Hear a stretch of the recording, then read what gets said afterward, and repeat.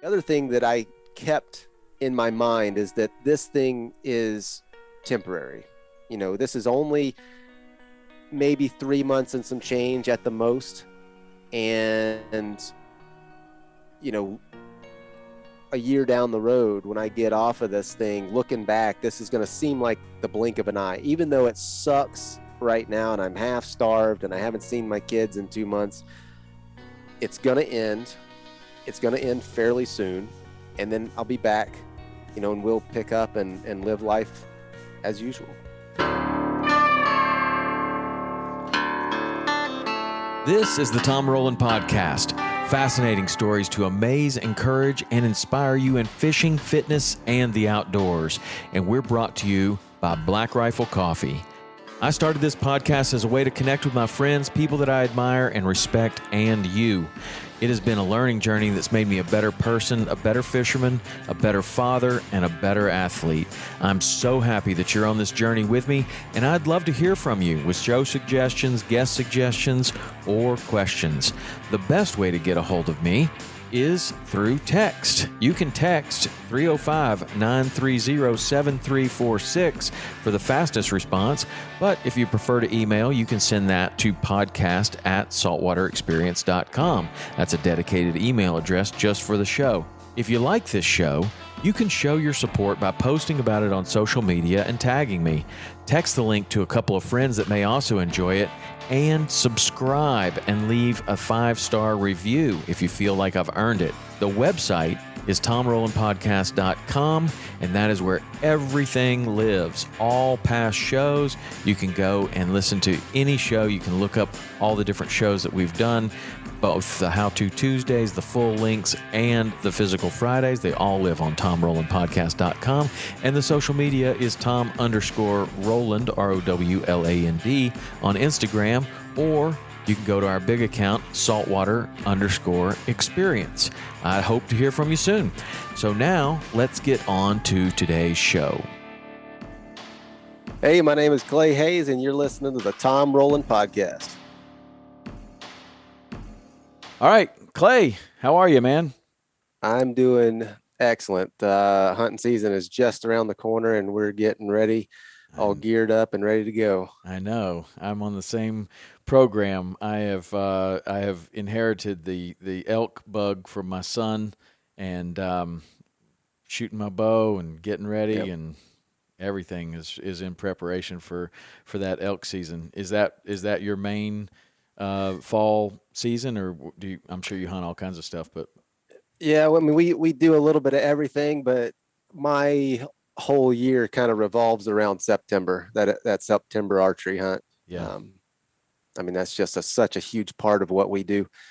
We up here, we just we'll load up the whole family, wall, tent, stove, everything. We just go live in the mountains until I kill an elk. And then this year, my wife is going to be doing some bow hunting too. And then my youngest boy, Finn, isn't big enough to hunt elk with a bow yet, but I'm going to try to get him on a deer with his little recurve. So nice. we got lots of hunting to do. Nice. And so how old are your boys? 10 and 12. 10 and 12. And my older one is not into hunting, but the younger one is pretty much ate up with it. He loves it. Right on, man. Well, that was certainly a big theme of you on Alone, was how much your family meant to you, and you're missing your boys and your wife, and it's cool to see those kind of stories. Now, are you when you say up here, you're in northern Idaho? Is that where you are? Is that where you live? Yeah, we're about kind of at the southern part of the northern panhandle of Idaho. So we spend about 9 months out of the year up here, so permanent residence. And then I grew up in Northwest Florida on a ranch down there. And so usually in the winter, we go down there and spend a couple of months. Nice. Well, that's a good time to be getting out of Idaho. Now, I thought I saw somewhere that you used to live in Idaho Falls. Yeah, I was a wildlife biologist for the state of Idaho for a number of years. And when I first moved up here, that's where I got my first job down there. Awesome place, super cold, super windy. Yeah, it And is.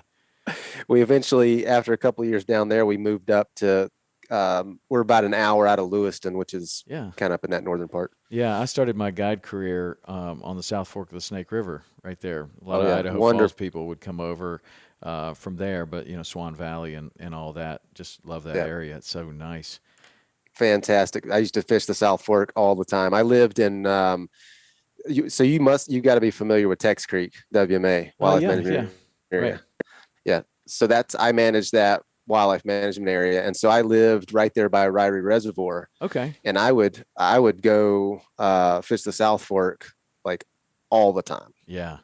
Man, it's such a great river. I love Yes, it that is. river. That was a long time ago when I did my guiding there, but we still go back and fish that. And I think it might have maybe even gotten better. It was different when I was there. Almost every fish was like, 17 and a half inches because the Oh 18 yeah. inch cutoff that was the slot. So Yep. they were getting taken, but I mean, you would just catch 17-inch cutthroats all the time. Yeah. It was an amazing river and almost all dry fly. It was really, really exceptional time. And now there's a lot more browns there, but it's still one of my favorite rivers of all time. And that whole area, the Henry's Fork and the South Fork and just all of it, man. It's just amazing. Hmm. It's beautiful. And so many little tributary creeks that you can just go and you never see anybody, and the fishing's fantastic. Yeah, yeah. So how did you make your way from Florida to Idaho? Well, I was in grad school in Mississippi, so I got my master's degree at Mississippi State. Um, Graduated from there, and they actually offered me a job in Mississippi with the USDA, and I almost accepted it. And I was like, you know what? I just don't want to stay in Mississippi. It was a wonderful spot. We had a place near Starkville, great hunting, good people, had friends there, but I always wanted to be out west. And so I turned down that permanent full-time job to come out to Idaho for the first time for a temporary 6-month technician position. Hmm. And came out, did that, What do you do as and a technician? all the fun stuff. That sounds that's like I don't know what that is. What do you do? So I worked in the habitat. So I work for Idaho Fish and Game, Uh-huh. and so that department is broken into, you got fisheries, you got law enforcement, and then you got the wildlife. And then the wildlife side is broken into the wildlife population staff and then the wildlife habitat. Uh-huh. I worked on the habitat side of things, and so the wildlife management area that I was taking care of, it's basically like having a 30,000 acre piece of land that you can do whatever you want with. I mean, Uh-huh. within reason. And so I was on a tractor, planting various things. I planted tens of thousands of shrubs out there for habitat restoration. So you're doing a lot of habitat work during the summertime. And then in the winter, the place that I was on was a big winter range. And so you'd have, 3,000 elk that Wow. winter on this place, and, a couple thousand mule deer. And so you'd get to, take a snow machine out there and check out all that stuff, just kind of keep tabs on things. So it was a lot of fun. Yeah, and was that enough that you said no more Mississippi? I've got to be in Idaho? Um, yeah, I mean, I knew that, when I first started applying for jobs out there or out west, I wanted to be somewhere kind of around that greater Yellowstone Mhm. system. And so I was applying in like Western Wyoming, Western Montana, and then in Idaho. Just happened to get picked up in Idaho, and that's where I've been ever since. So I got done with that first little 6-month stint. I went back to Florida, came back the next year, and got hired on full time, and stayed with the Idaho Fish and Game for 10 years before Wow. I went off and did my own thing. So where in this adventure do you meet your wife? My wife and I have been together since we were 17 years old. Really? We met in high school and have been together ever since. Nice. So I Yeah. had similar kind of thing where I brought my wife out west with me and then down to Florida in the Keys. with me as well, and didn't meet her there. We met in college. But how does your wife like Idaho compared to Florida? Is she a Florida girl? Yeah. Okay. Yep. She grew up, her probably 10 minutes down the road, from me. Um, she likes both areas. Down there, we've got all the families. Everybody's down there. We're the only ones that ever left, really. But up here in Idaho, we got a little farmhouse. We got 20 acres, and she's got a huge garden. She's super into, um, you know, food production and preservation. So she Mm-hmm. does a lot of gardening and then canning and preserving type stuff. Yeah. And we just got a freeze dryer, so she's got that thing running like 24/7. So yeah, she enjoys both places, and she also likes to get out into the mountains and camp and fish and all that good stuff. Nice. So, you let's move over to this alone conversation because I just prior to reaching out to you, I had just watched the season that you were on, and it was Hmm. fantastic. I mean, I really like that show. I think Yeah. that show it's legit. I mean, the people that are on that show, the first time I watched it, I was like, man, these people really know what they're doing. And the contestants, I mean, I don't know what the process is for picking the contestants. I'd like to find out, but they seem pretty legit, yourself included. You've had a lot of experience in Idaho and Florida, probably with the fishing and the hunting, which definitely benefited you. But did you? What was the process like, and why did you even want to be on the show? Well, we'll start with why I wanted to be on the show. I was the same way that you looked at it. I was like, the first time I ever saw Alone, I was like that's as real as it gets right there. I mean, that there's nothing made up. And having gone through the process, I can tell you that's absolutely the case. There's nothing fabricated about this show. When they take you and drop you off in the wilderness, I mean, it's up to you. They don't give you they give you no support. You have a lifeline. I mean, you have a sat phone you can call them to come and get you Mm-hmm. if something goes wrong. But as far as feeding yourself and doing the making your shelter and doing all that stuff, it's all up to you. Um, and I looked at it as like a once in a lifetime adventure. I mean, when are you ever going to get a chance to do something like this?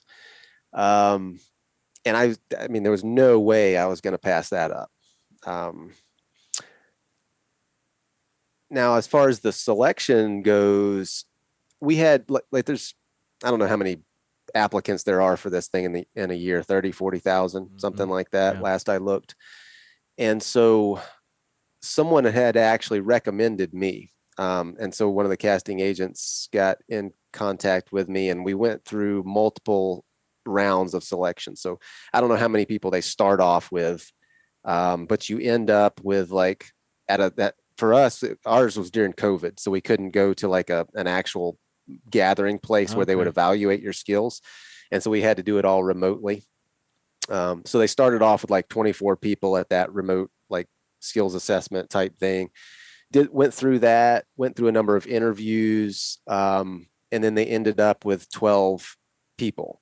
And so you have the 10 people that go on the show, and then there's two alternates in case something happens while you're at orientation camp where one person can't go in. Right. That one of the alternates will step in. Um, so that's basically the selection process. I mean, it was interviews, and you had to demonstrate some skills and talk to the survival consultants, and you know make sure that they didn't put people out there that really had no clue what they were doing. Right. Yeah, because where they put you, did you have any idea when you were when you were going through this application process what type of environment it would be? Well, I mean, no, not really. I mean, they said it's going to be cold and there's going to be snow, and and that's about it. Um, they didn't really. I guess it was pretty late. We took off probably around August 20th or something like that to go up to Canada. Um, And it was probably mid-July before they would even tell us, like, okay, you're going to be at a lake, you're going to be in British Columbia, and it's going to be this, mixed conifer forest, and at this elevation. And that's basically the only information we had to go on. And we had to select all our gear based on just that. So there was no opportunity to look at aerial photographs and like do all the stuff that you would normally do for a hunt. Right. If I was going on a hunt up there, I'd spend a month looking at aerials and Right. picking out topographic features and finding out all the pinch points and all that stuff. And there was no opportunity to do that at all. Not even once we got up there. You had no idea where they were going to drop you. And so the lake that they put us on was 50 miles long. I mean, you can try to look at topo maps of that whole 50-mile long stretch of lakeshore, but you're not going to remember any of it. Right. So Right. it doesn't do any good. And so when you're getting started, there's I guess for people that are familiar with the show, they know this, but people that might not be as familiar with it, there's some sort of a list of things that you could possibly bring, and then there's some strategy on which ones of those things you particularly would choose. And so how does that work when you look at that list and you kind of know, okay, it's going to be cold, there's going to be snow, and we're going to be kind of at this elevation? I would imagine you're looking at that from your own experience, like, well, a bow would be nice, fishing gear would be nice, but how did you make your decision? Well, let me, for the folks that aren't familiar with the show, let me just kind of give you a basic rundown of the concept of this thing. So Alone is basically a last man standing or last person standing. They call it a competition, but we'll get into why it's not really a competition. But they take 10 people and you get to select 10 very basic items.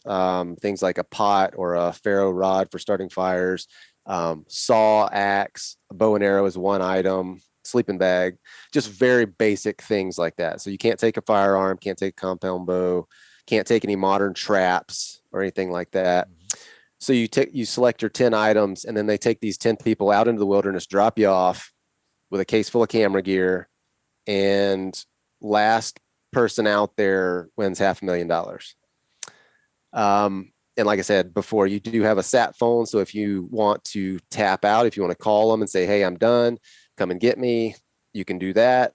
That's one way people leave. And then the other way people leave is that if your body condition gets too deteriorated, if your health declines too much, they can pull you out for medical reasons. So periodically they will come back and check on you just to make sure that you're healthy enough to continue. And that's when that would happen if it does. And it happens pretty frequently. Do they alert you beforehand? Do they call on the sat phone or do they just show up? They let you know so that you're there at your site so that they don't have to track you down. They say, okay, we're going to come like tomorrow. So be around camp. And it actually becomes a little bit of an annoyance because you got things to do and you don't want to be sitting around. And it's like the cable guy, he says, I'm going to be here between 8 and 6. Right. It's like, wow, thanks. Yeah. So you burn a whole day just sitting there. That might be your one chance to kill something or to, have something walk into your camp right when they show up. You had all kinds of stuff. That first mountain lion deal was pretty cool. Did you ever see that mountain lion again after that? I saw its sign several times, but I never did catch up with the cat. And I actually did go out and try to cut its track. Like I think I was talking about that at one of the early episodes. One of the things that I wanted to try to do was cut that cat's track in a fresh snow and see if I could just walk it down. Never did that. And I actually went out one time after a real fresh snow, heavy snow, and spent like all day walking around in like knee deep, heavy, wet snow. And, that was probably day, I don't know, late 40s, day 50, something like that. And I mean, I was already probably down to 100 and close to 140 pounds at that time. So I was super skinny. And, after that day, I just felt just bone tired. I mean, just like, Right. kind of tired. So yeah, I never caught up with him, but I did try several times. Now, in Idaho, have you had experience with fish and game, or just hunting them on your own? Do you have experience with cats? A little bit. I mean, I see their sign all over the place, but that's the thing with lions is I know they're watching me when I'm in the Hmm. woods, but you rarely see them. Right. And that, when I, I think it was like they said it was day one or something on the show, but it was really a day 3 or 4 that lion came up behind me. But I was sitting there at my campfire just looking into the coals, and this cat stalks up behind me at 10 yards, and that's the first time I'd ever seen a cat like that, like really intimately, where it's on his terms, kind of. I've seen him in trees over dogs, Hmm. but that's a whole different thing. Yeah.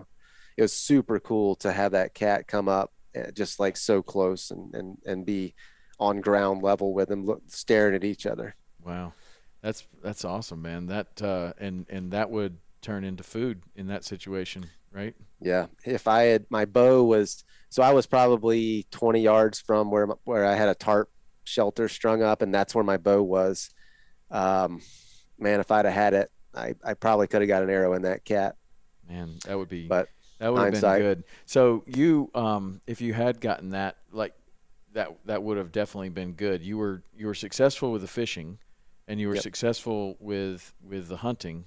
It seems like the people that win this take down something big over the at least the last couple of seasons. Jordan, we had him on here. He got a moose, Hmm. and that was great. Even though he got his fat stolen by a wolverine, and he's literally basically eating as much as he can and still losing so much weight. That's incredible. Like Yeah.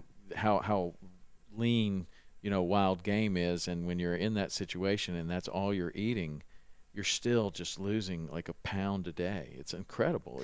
Did you what was the weight loss kind of situation for you?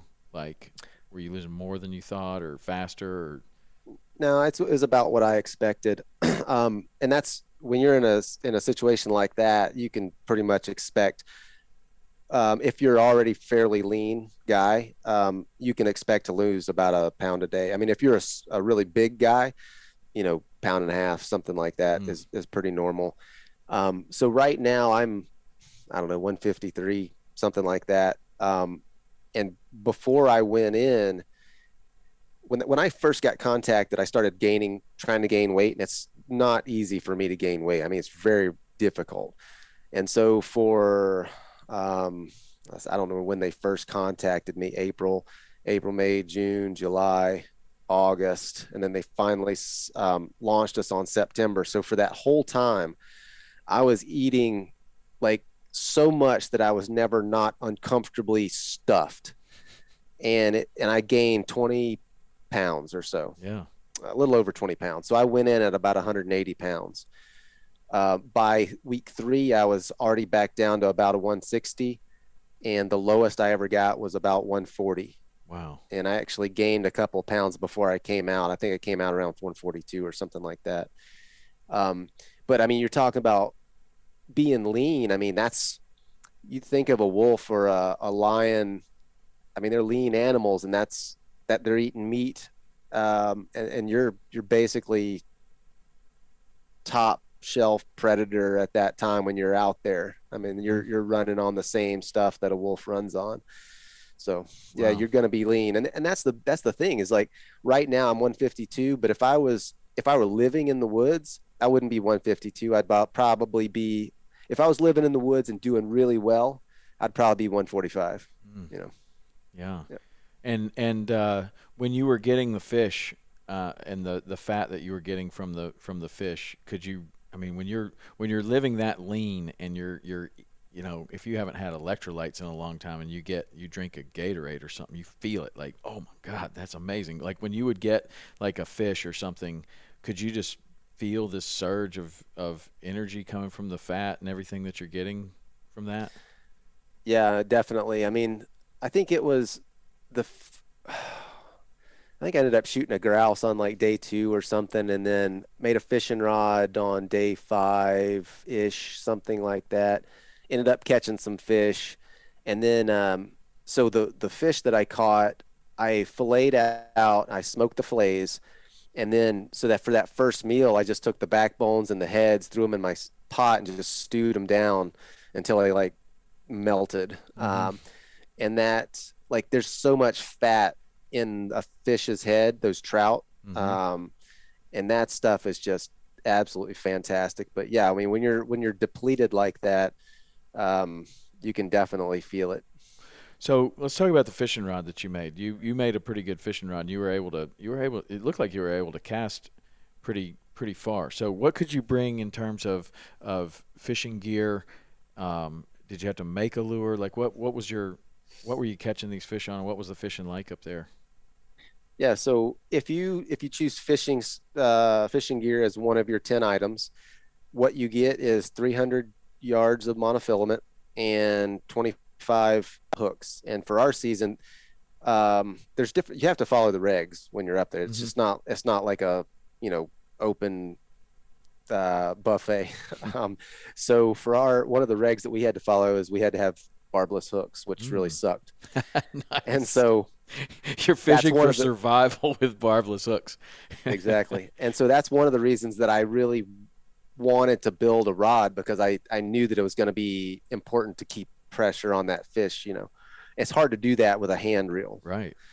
Um, and so I had to figure out a way to make some way that I could cast and then also reel. And so I ended up making there's actually a reel that kind of functions in that same way of the reel that I made, called an Alvi reel, Hmm. where you can take the spool and put it in the orientation of a spin cast Yes. to start with, so you can cast, and then you can flip it to the side, and then you can retrieve Gotcha. that. And so that's basically the way that mine works. So I had a spindle that stuck out the front underneath the rod, that I would take just the spool the line came on. I'd stick it on that spindle, and I'd use it. It worked just like a spin cast rod. Huh. I would take that off, stick it on a spindle that was perpendicular to the rod like this, and then I took a peg and stuck in one of those sections of the spool so that I could Right. then reel it. And so I would have to pinch the line between my thumb and forefinger and just guide it, like that onto the spool as I was reeling it up. And actually, whatever episode they show me catching those fish, you can see that like the first fish I catch on it, I get so excited I forget to guide it, and it like the line comes off and wraps around the spindle, and I can't reel, so I just throw the whole thing down and run up there and grab the fish. But after that, I calmed down a little bit and actually learned how to use it, and it was pretty doggone effective. I think they showed me catching 2 fish with that rod, and I think I ended up catching 6 or 7 Mm-hmm. in total on the rod while I was there. Yeah. How would you string it through the rod? What would you use like that? Yeah. So one of the other items that I took was snare Oh wire, and so yeah, I just yeah, made eyelets yeah. with the snare wire. Yep. Nice. And then, man, I mean that's. Did you practice that beforehand? Like, did you make one of those at your shop or anything before you went up there to see how it would work? I did. Yeah. And that's one of the things that I personally did, is I spent a lot of time trying to prepare for this thing. So I made a bunch of friction fires because I thought that I might not take a ferro rod. I learned how to make gill nets in the old way with a gauge card and a net needle, Yeah. which is one of the things I did out there. I made a gill net and then also a landing net. Could you take that Um, needle, that net needle, or did I you made make one while make I was one? out there. Yeah. Okay. Yep, made the card and the needle while I was out there. Um, but I fishing, they always put you out on a big body of water, whether it's a river, the coast, or a lake.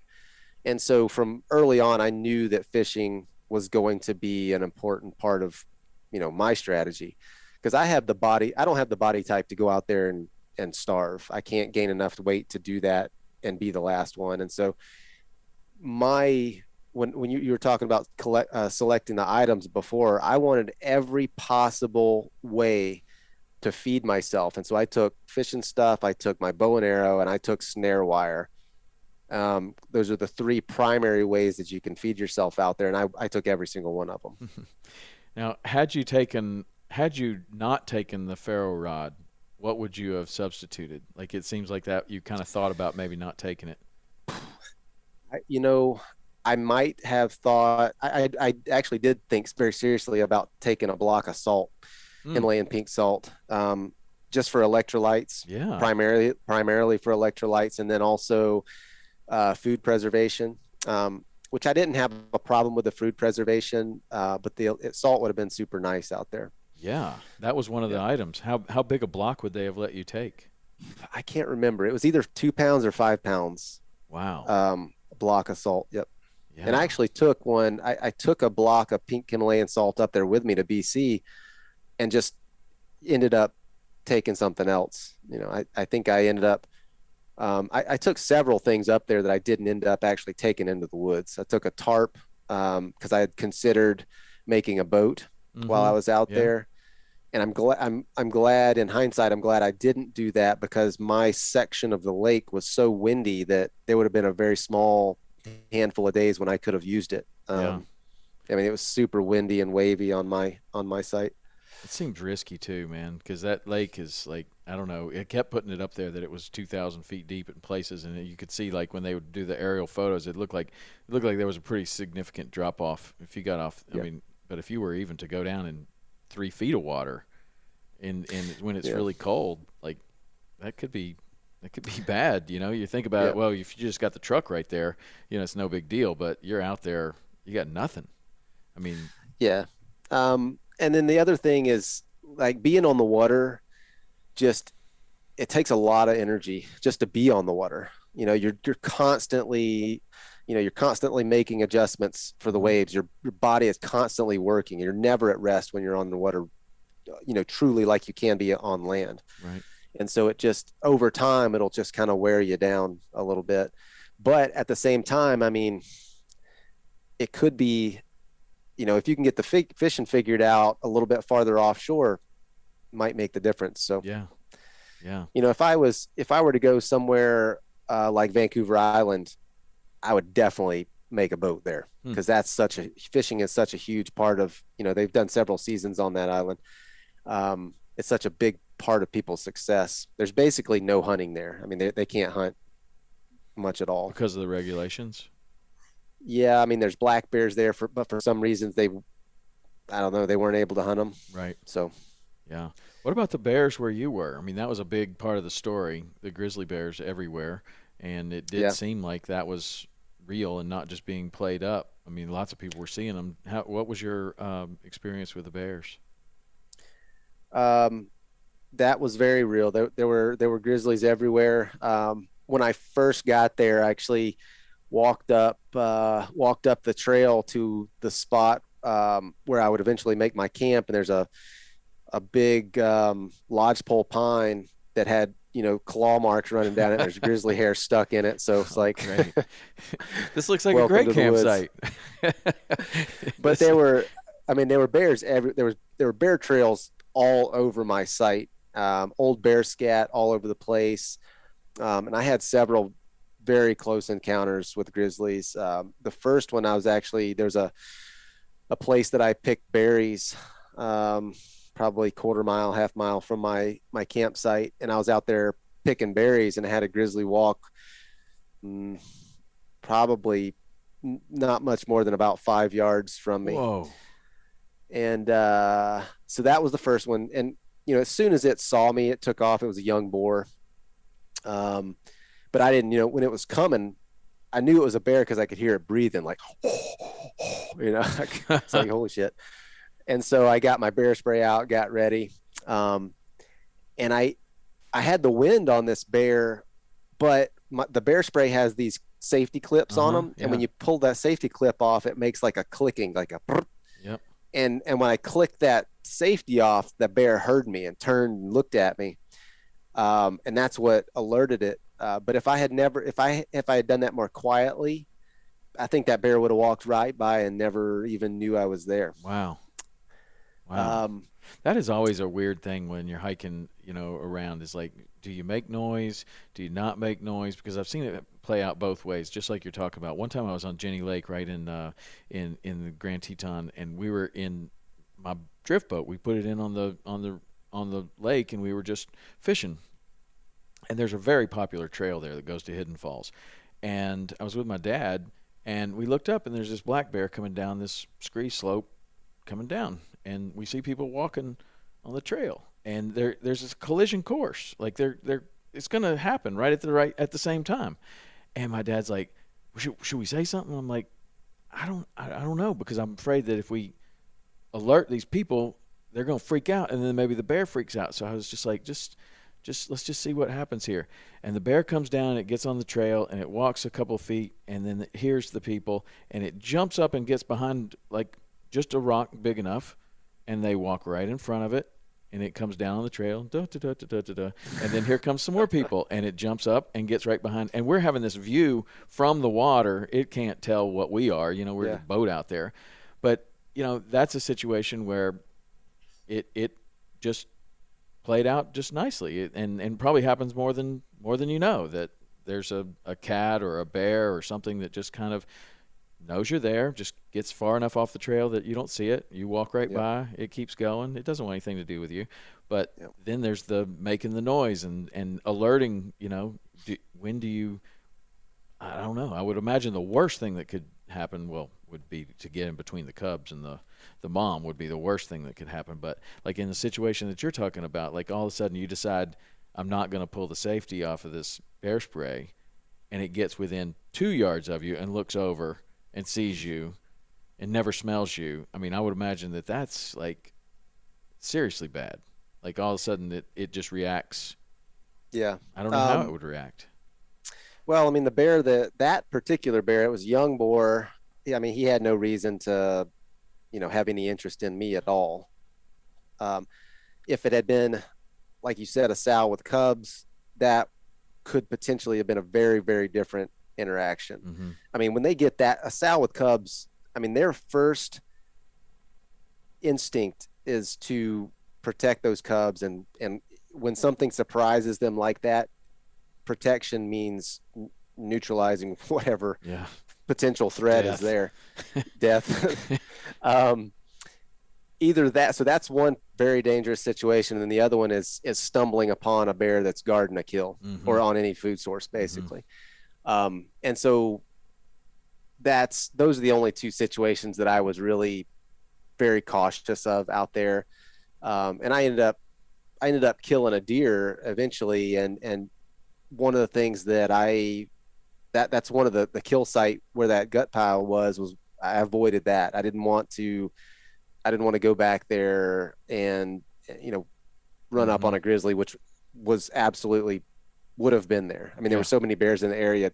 That gut pile didn't lay there for, I would assume, a couple days before there was a grizzly on it. Did you ever go back in that area again?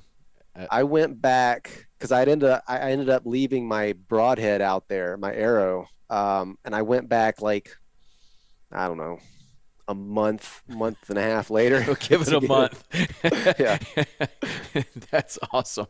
You give it a month, man. That would be tough to be out there by yourself with those grizzly bears. That just, I mean, not that that having somebody with you is going to help that much, but even just like, did you hear that? Like, having somebody there that would be like, yeah, I heard that. that would be something. But I found that to be a questionable decision for the show, like to put people in that area with grizzly bears. I mean, grizzly bears, that's the apex predator in North America. Like, I don't know. There's some other places that maybe you could go, but I don't know. Did that surprise you at all? I mean, extreme. A little bit, I guess. I mean, it is I don't know what their, you know, acceptance of risk is, but Yeah. it must be fairly high.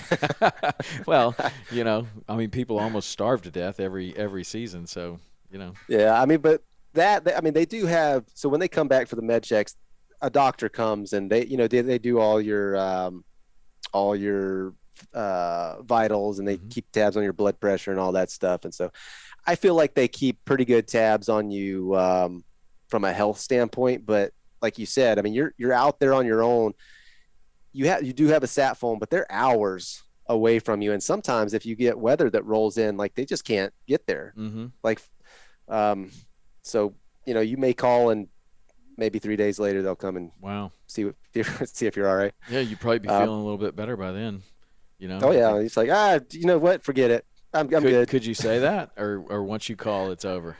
I don't know. I didn't. I never. I I know never you approached never that. you So never did it, and that was kind of the same way with Jordan when I watched his episode. There, both of you just never had the mental breaks that other contestants had, and it's certainly one of the things that I wanted to talk to you about, because what seemed to be weighing the heaviest on you was being away from your family. mhm. That was certainly, on your mind, and I don't know how they edited the show or what, but that was the story that came out, and I'm sure that that's the way. I have two boys like yours that are close together, and then followed up with a girl, and when I'm gone on fishing trips and things like that, that is absolutely the hardest part, is just being away from the family. Yeah. And so, what about that? How did you manage that, and just staying focused on what you needed to do?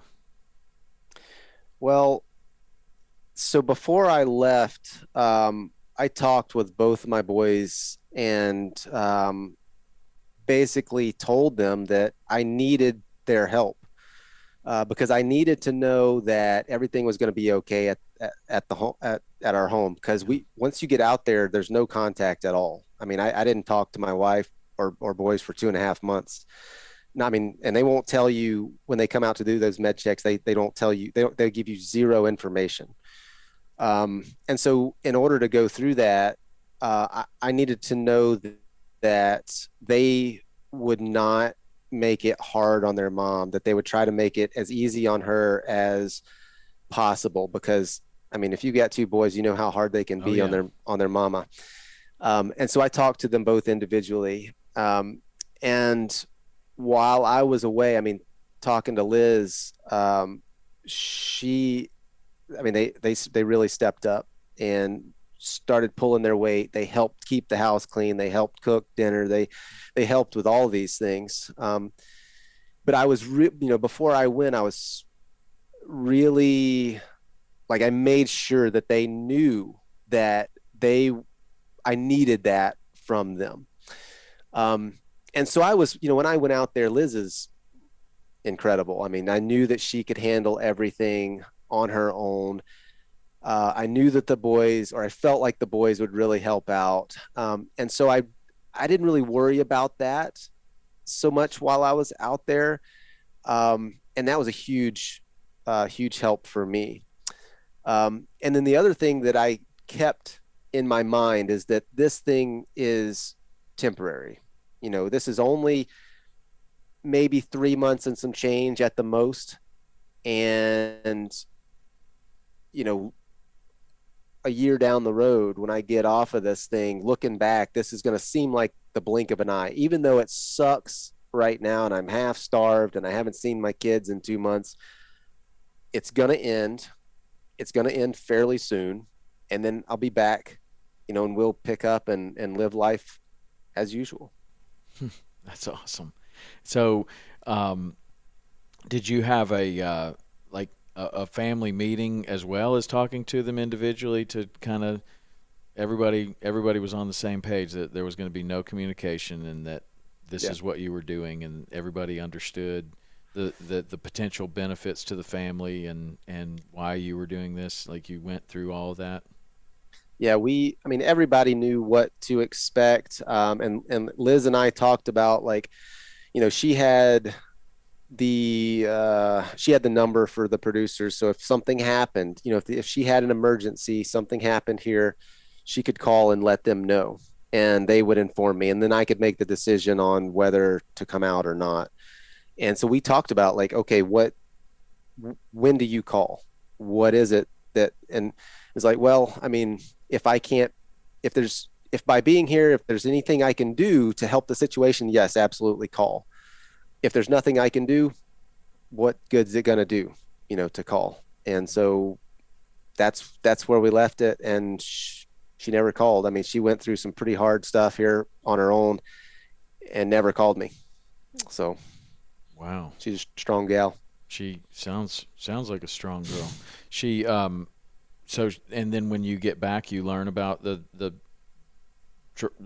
things that she went through while you were gone. Yeah. So when I came out, there's a recovery period. Mm-hmm.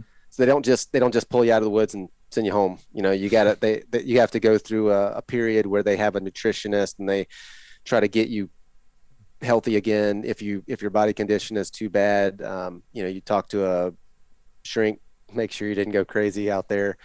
And so during that time, I had a lot of time to be on the phone with Liz. I mean, we spent hours a day talking.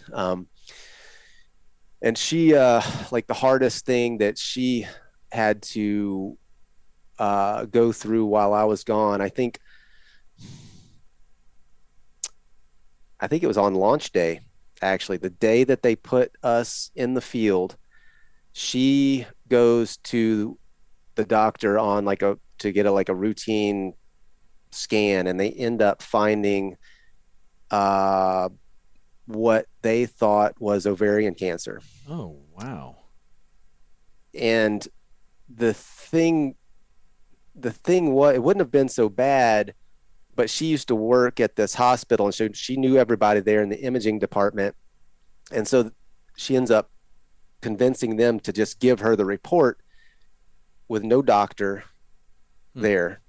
And so she gets this report that in a handwritten note on the sides by the radiologist says, this is probably ovarian cancer. We need to get this looked at. And with no explanation. And ovarian cancer kills like 70% of the people that are diagnosed with it. And so she's standing there with this paper in her hand, and in her mind, she's looking at her own death sentence. Wow. She goes through abdominal surgery to have this growth removed. They do a biopsy, and thank God it ends up not being anything. It's benign. But she goes through this whole thing. She has a week of not knowing. She has this report.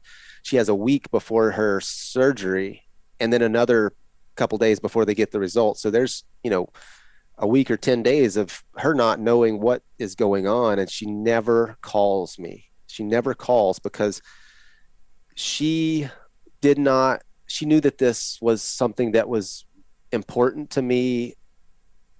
And she knew that if she called, that I would come home and that I would always wonder if I could have done it. And she didn't want to take that away from me. Wow. And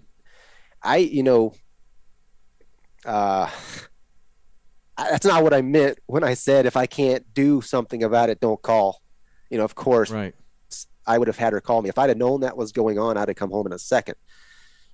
But she took that upon herself to go go through that entire thing by herself, no family up here in Idaho, so that I could live out this dream. Yeah, but you did. Yeah, that's pretty amazing to me. I was blown away that she was willing to do that for me. Yeah. It's for your family too, though. I mean, like she I'm sure she knew that she had confidence in you, that you could do this, that you could win, and that this would be good, right? I mean, it seems like she has that kind of confidence in you, that this not just this is something that you want to try, but you have the potential of winning. Yeah, she absolutely did, and both boys did as well. And that's one of the things. I mean, when I was out there, like, I guess after about day 12 or so, I mean, I wanted to come home. Like I didn't want to be there. I wanted to come home like every day. And that's one of the things that kept me out there is they did believe in me. I mean, the boys were like 100% convinced, like, oh yeah, game over, you're going to win. And I was like, there's no way that I was going to tap out, when with them, having that idea in their head. Yeah.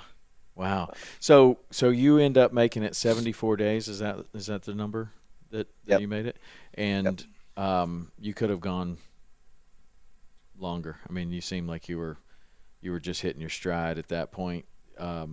So when you're I don't know how long it's been since you have gotten out of the woods and you get back to your regular life, but you've had a good amount of time to reflect on these 74 days. You've written a book about it. What did these 74 days do for you and your relationship with your wife and your kids, and just did it? I know that it changed you. I mean, you can go on a weekend camping trip and come back, and it has changed you in some way, shape, or form. 74 days is legit. I mean, by yourself, 74 days. So, have you had an opportunity to kind of say, like this is the major takeaway from that deal? And there's probably tons of more, but I don't know. I'm sure you've had tons of time to reflect on it. Yeah. I mean, it's having, having time like that. The unique thing about alone or any kind of experience like this is you're completely taken out of your everyday life where you have responsibilities and distractions and there's always things to occupy your time. And when you're completely removed from that, like when I was in the woods, my only responsibilities or obligations were to feed myself and not get eaten by a bear. That's it. That's the only things that I had to do. And so you can look at your life like from a step removed. You get a different perspective on your entire life, and that is super super valuable and something that's so very rare today. I wish that everyone could do that, because when you can do that, you you see paths that you're going down that might not be the best way to go. You question how you live your life. Why do you do things the way that you do them? Are you living your life in accord with your core values? I mean, that's something that's super valuable. And this experience gave me the opportunity to do that. And one of the things that it teaches you, one is to suffer well. Mm-hmm. Um, Another one is to find opportunities in every obstacle. And that has to do with how you look at things. Things happen to us all the time, and we can either look at them and say, oh, this sucks, this is bad. And it will be bad because your perception of it, or you can look at that same thing and say, okay, well, this has happened. How do we move past this, or how do we use this to our advantage? I mean, that might seem a little bit cliche, but when you're out there, it's like, it's so true. So many things happen. And one of the things that, one of the perfect examples of that is my fishing and the deer that I ended up getting. So I think I caught, like I said, 6 or so fish on that fishing rod, but I did all of that in like the first 2 weeks. And then after that, I couldn't catch a fish on that rod. And so by the time I ended up killing this deer, I hadn't caught a fish in like a week, and I was running out of fish. And so I went hunting. Now, so you look at that and say, man, the fishing sucks. This sucks. This is bad. I can't catch a fish. Well, the bad fishing led me to go hunting. If I hadn't have gone hunting, I wouldn't have got the deer. I might not have been the last one. And so did that situation really suck? I don't know. I mean, it ended up being Or the was right. it was a doorway to a new Exactly. situation? Exactly. And so one of the things that I really came to realize is you can't know. It's impossible to know if something is truly good or bad until time gives you the perspective to look back on that thing. And then the last, like the really big thing, I think that's like a universal realization for everybody that goes out there and spends a significant amount of time, is how important your family is to you. Like, that's everything. I mean, everything else is peripheral when you're out there. And that's one of the things you really come to realize is your family is the most important thing in your life. Wow. And did you always, I'm interested in the mindset of looking at every obstacle as an opportunity. Do you think that that you kind of have always had that, or did this just kind of solidified it even more, or did this change the way that you think about that? I think that's always kind of been part of my operating system. I don't get like something happens that's not conducive to whatever direction I think I want to go. I've never been one to get hung up on that and worry about it. I'm looking like, okay, how do I get around this thing? How do I get over this thing? How do I get past it? But going through a situation like this, it really just, it takes that, it takes things that you kind of know in theory, and just like, now it's part of, it's part of your soul. It's in your bones, Yeah. type of thing. Yeah. And I'm sure that there's like you come back and you have these realizations like we're talking about. But at some point, do you ever see yourself like you had these realizations of, this is why I'll go down this road, or this is why I act this way, or this is why I do these different things, like you were explaining, and then you come back and you think, I'm not going to do that anymore.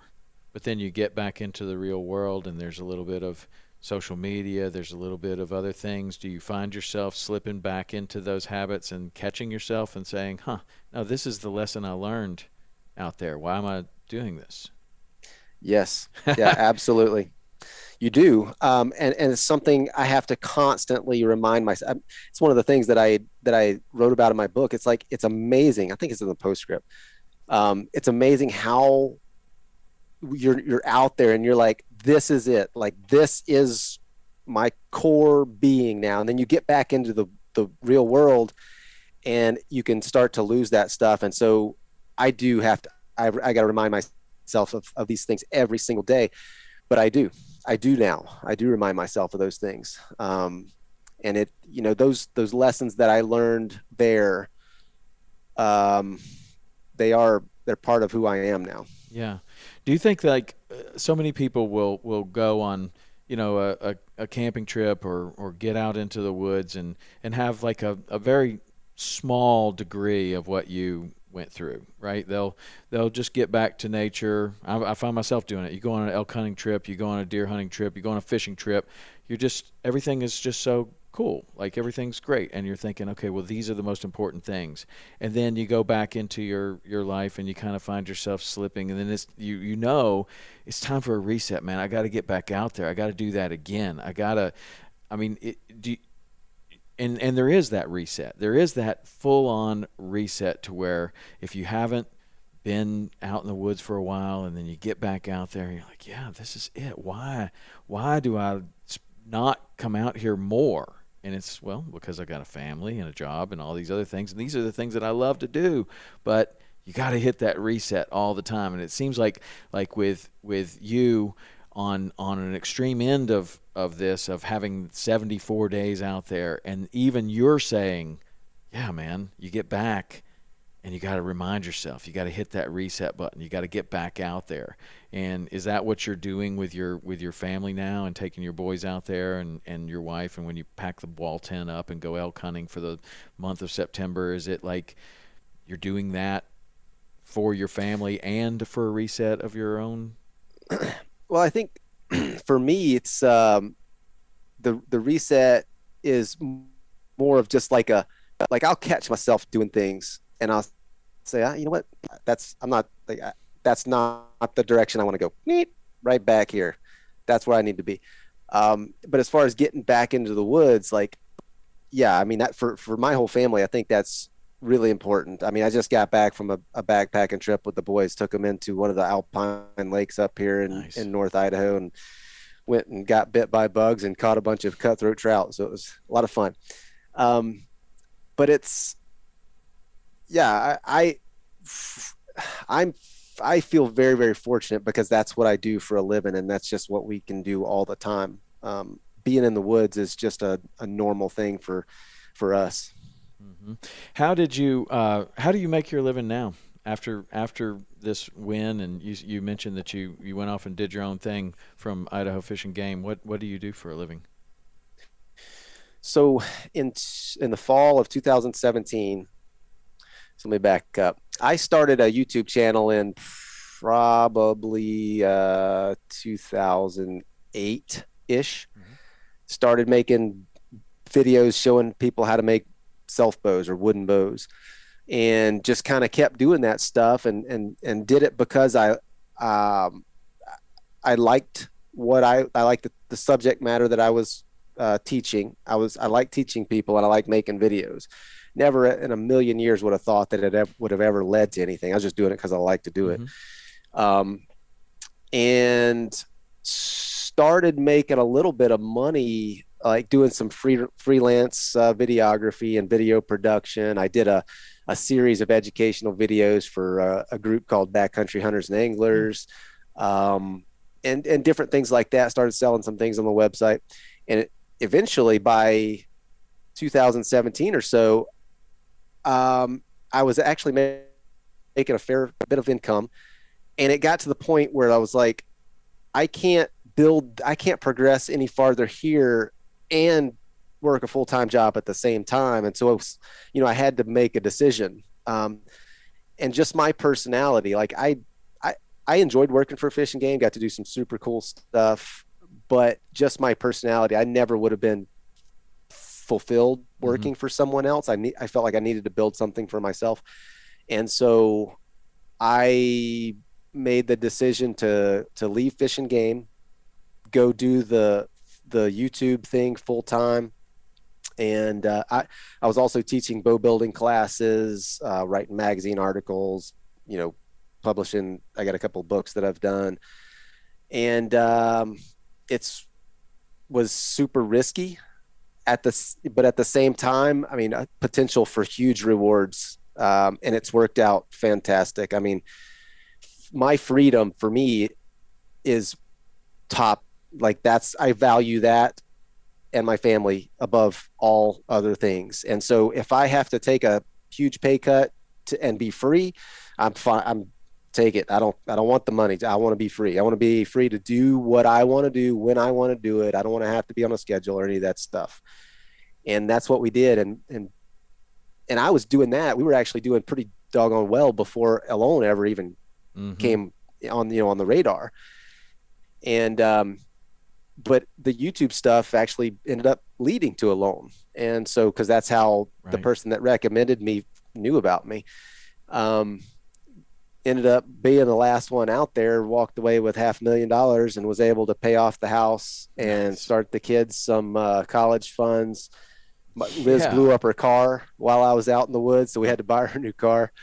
And so we're completely debt free, living on our own schedule, and so it's freaking awesome. That is awesome. I love that story, and we've just gone through so many of those kind of stories on this podcast of finding people that get in that situation of, I want to be a guide, but I have this full-time job, and I'm guiding on the weekends, but then I just want to do this, and there's just this moment where you got to jump, and I love to hear that moment for different people, because it's always different, like some people have a couple of kids, and then some people aren't married yet, and it, sometimes it makes the decision easier, sometimes it makes it harder, but to jump. And we've had a number of people that have done it with YouTube, just like you have, of like, you're making a little bit over here, but if you continue doing what you're doing, you're going to keep making a little bit over here, where you have no idea, but if you jumped and you did it, man, that's awesome. And then it leads to this, and then you're debt free and you're smart with your money, and it's an awesome story, man. Couldn't have happened to a better guy. I love it. It's fantastic. So, I appreciate that. how do people watch your videos, get your book, learn more about you? So if you just get on YouTube and look for Clay Hayes, all my, you'll find my channel. Instagram's Clay Hayes Hunter. The book is available on my website, twistedstave, stave.com. You get signed copies there, or you can get them off Amazon. I've got the one about alone is called Surviving Alone. I've got a bow building book on there, and then a little small book of my previously published like bow hunting articles and stuff like that. Just kind of a Nice. short one. Do you do personal classes still for building bows? I I'm taking a break on the classes because I wanted to focus more on writing. So I got the book about my alone experience done. That's published, and now I'm working on another one like a bushcraft slash survival type book. Nice. So yeah, I mean that's more the direction that I want to go. Writing, and because once that's done, it's all passive income, and I can turn my attention to something else. Yeah. Whereas the class is paid really good, but it's a one-off thing. You do it, and it's done. So Unless you video it and then you can make, put it out as like a master class kind of thing, and then people can. well, that I've got that too. So I've got a Patreon site Oh, good. where like there's I don't know, there's like 50 bow building videos on there that are like super detailed, very very detailed bow building videos. So yeah, lots of folks sign up for that too. That's awesome, man. Well, congratulations on all the success, and really the success by taking a huge risk. I love that part of it. That's really I mean, to me, that's the best part, because I had to do the same kind of thing. I could have. My dad was in the insurance business. I could have gone down the insurance path, and I'm sitting there like, really don't Yeah. want to do that. And you jump into guiding, and then it's a total Well, unknown. And then I've been able to make my career like that. So it's it's a fantastic. hard it's a hard thing to do, because there's so many expectations. Like society expects certain things of you. You're supposed to do all of these things. You're supposed to be responsible. And what I did, like taking that risk, was probably not the most responsible thing I could have done. It was absolutely not. I mean, I could have settled into another 20 years with a department, had health insurance the whole time, had retirement and all that stuff. But I decided I knew that I wouldn't be happy doing that. And so I decided to take this risk. I mean, we didn't have health insurance for a little while. Took a pay cut. Like, I didn't know when you do that, there's no direct deposit. Mm-hmm. Right. There's no security there. And I think that just holds so many people back, that fear of the unknown, that lack of security. Yeah, but you can look at it Um, like that, or you can look at it like the fear of regret, like just yeah, like your wife did, of saying, you know what, I know that he'll always wonder if he could have done this. Like yeah, that was back to the story of her not calling, because she knew that you would have always wondered.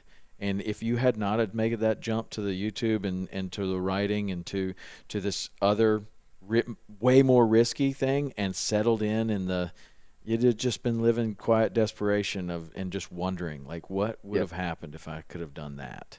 yep. And it's never, I don't know, in my mind, I guess some people can deal with it. The thought of living with regret of not doing something is painful. Yeah. And one of the things that helped me to make that decision to make that jump is, you ever read The 4 Hour Work Week Yeah. by Tim? That's a Hmm. great Yeah, book. it is. Great book. There's something in there, an exercise that he suggests doing, like, okay, define what you want to do, and then think of like the worst possible outcome, and then think of like what's the probability of that actually happening. Hmm. And most of the time it's like a so small a percentage that's going to happen, but we let that tiny little chance like rule our entire lives. And like I couldn't do that. I knew that even if I left Fish and Game, even if the YouTube and all the other stuff that I was doing, even if that didn't work out, I knew that I could make a living somehow. I mean, I could go build barns I could work for a farmer. I can do something. We're not going to starve to death. We're not going to lose the house. I knew that. And so I was like, all right, let's give it a go. Yeah. Well, you only get there by taking those big risks, and it has certainly paid off for you. And Yeah, it has. that's awesome, man. That's awesome. Hey, we should try to go fishing one time when you're down in Florida. You ever get down to the Keys? Yeah, Liz and I took, I've got a little 17-foot G3 and we took it down. We launched in, is it Yeah, Flamingo? Flamingo. Yeah. And went all the way to Isla Mirada, fishing all Nice. those little, the flats and the mangrove island. We stayed out there in one of the chickies and Yeah. on one of the islands, and had a fantastic time. But yeah, I'd love to hook up if we're back down there. Yeah. We may end up going back down this year, if we have the time. We're actually, we've got tickets down to St. Croix in February, so we're going to be down there for a couple of weeks. Wow. Well, I might be down there too. We Really? have a trip down there. I'm taking the family down to the Virgin Islands, and we're going to be in St. Croix, and it is in February. Maybe, who knows? I'll be like, hey, Clay, what's up? Well, we'll have to, if our time there overlaps, we'll have to get together and maybe do some free diving or something. Yeah, there's some good bone fishing. I went down there last year. There's some pretty good bone fishing. Well, Right around yeah, there. that's see, we went down there last year. It was just Liz and I, but this year we're taking the boys too. And I spent all my time like just free dive spearfishing, but I didn't know anything about like, actual fishing down there, and I couldn't tell nobody. It's like the Wild West down there. It's kind of weird down there because everybody I talked to said that they don't eat the fish there. That they have like ciguatera or something, and they don't eat the fish, and they just said we don't eat the fish here. So I didn't want to argue with the captain. If he says it's going to make me sick, okay, but I can't imagine that it's that different than the fish that we have in the Keys. We were eating them. They're migratory fish. They're moving all over the place. But we didn't. Fishing is just not that big a deal down there. Now there are bonefish guides, and they're pretty good. And there's a lot of bonefish. I mean, there really are a lot of bonefish down there, and there's some pretty big ones. So did that a little bit, but a lot of snorkeling. I don't know. It's just kind of a cool area. I like it. And just like you, I went down there with my wife, and then we thought maybe we'll bring the kids back down here. So that's what we're doing this year. My kids are a little older than yours. One's about to get married. The next one is 22, so a 24, a 22, and an 18. Those are our ages, so we're trying to get in the one last trip together that we can have, before they start spreading their wings and flying away, which seems to be closer and closer. But yeah, man, I'd love to stay in touch with you and get together and do some fishing, or show me how to shoot a traditional bow. Yeah, happy to do that. All right, man. Hey, good. This was really great. Thank you for your time, and really congratulations on really making a really cool life and having a great story. It's awesome. Well, thank you. I'm glad I got to talk to you. All right, man. Thanks, Clay. We'll be in touch, and that's it for this week. We'll be back with another episode with somebody like Clay next week. All right, see ya.